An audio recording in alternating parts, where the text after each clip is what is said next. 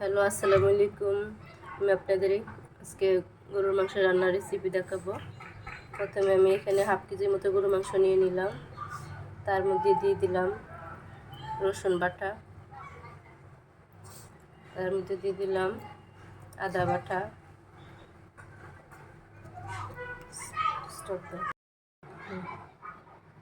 দিয়ে দিলাম হলুদ গুঁড়া, দিয়ে দিলাম মরিচ গুঁড়া। মরিচটা যেহেতু জাল কম, একটা আমি আবার 2 চামচ দিয়ে দিলাম মরিচ গুঁড়া। দিয়ে দিলাম লবণ পরিমাণ মতো, দিয়ে দিলাম জিরার গুঁড়ো, আর একটু দিয়ে দিলাম হালকা, দিয়ে দিলাম এলাচ কেটে রাখা, তেজপাতা, এলাচি, দারচিনি।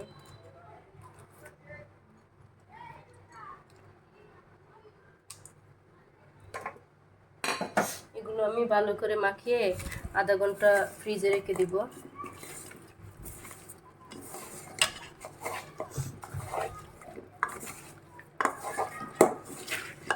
একদম ভালো করে মাখিয়ে নিলাম। ধনিয়ার গুঁড়া ইউজ করে নাই, আমি যেহেতু ধনিয়ার গুঁড়োটা খাই না, ধনিয়ার গুঁড়ো ইউজ করি না।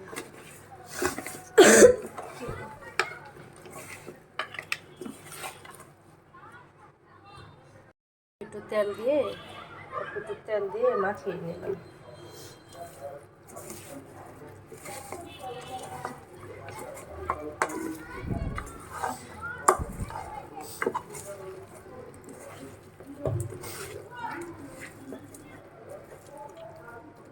এটা দেখাবো আজকে কীভাবে আমি রান্না করব।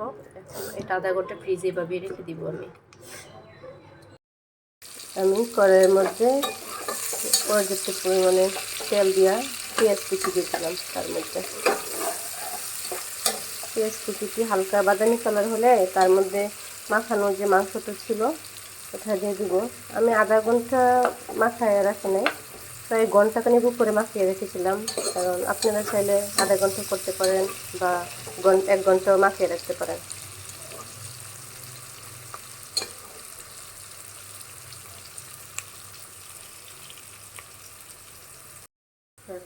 এখন আমি পেঁয়াজটা বাদামি কালার হয়ে গেছে, তার মধ্যে আমি মাখিয়ে রাখা যে মাংসটা আছে এটা আমি দিয়ে দিব।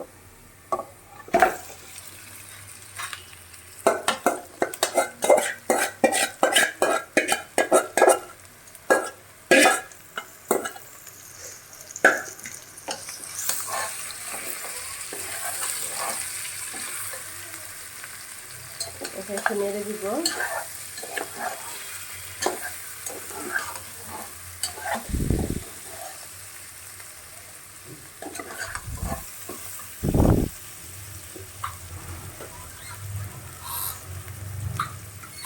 এখন আমি এটার মধ্যে হালকা একটু পানি দিব। পাতিলটা ধুয়ে রেখেছিলাম, যে মাংসটা যে পাতিলে রেখেছিলাম ওই একটুকু দিয়ে দিব পানি, হালকা একটু পানি।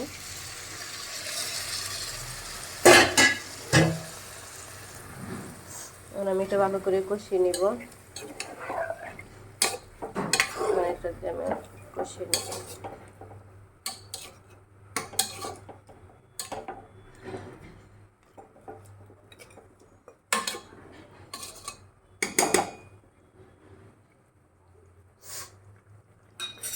আমি কষিয়ে নিব,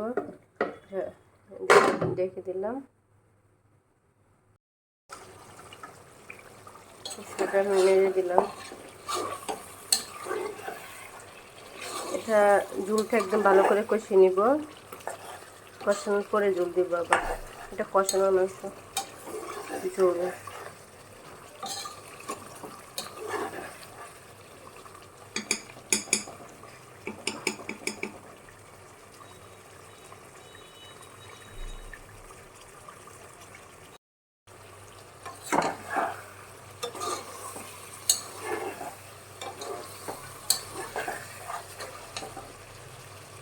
আমি এটার মধ্যে আলু দিয়ে দিলাম।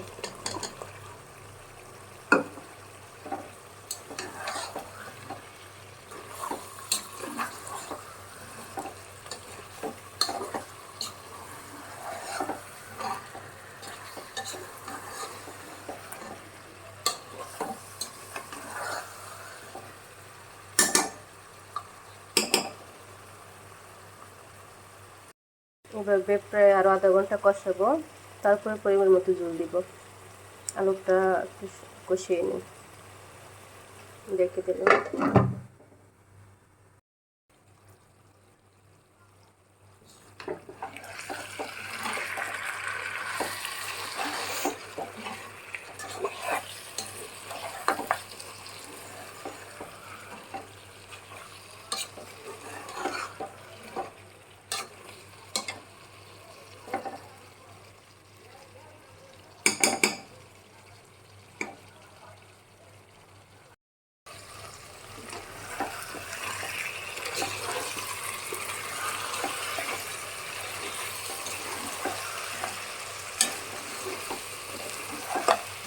আমার এখন এটা ঝোলটা কষিয়ে আসছে, এখন আমি এটার মধ্যে পানি দিয়ে দিব। লেগে যাচ্ছে।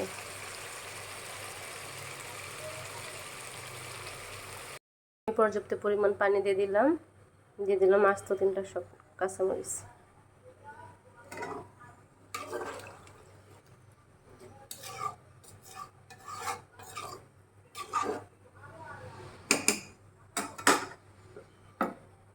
রেখে দিব আমি এখন।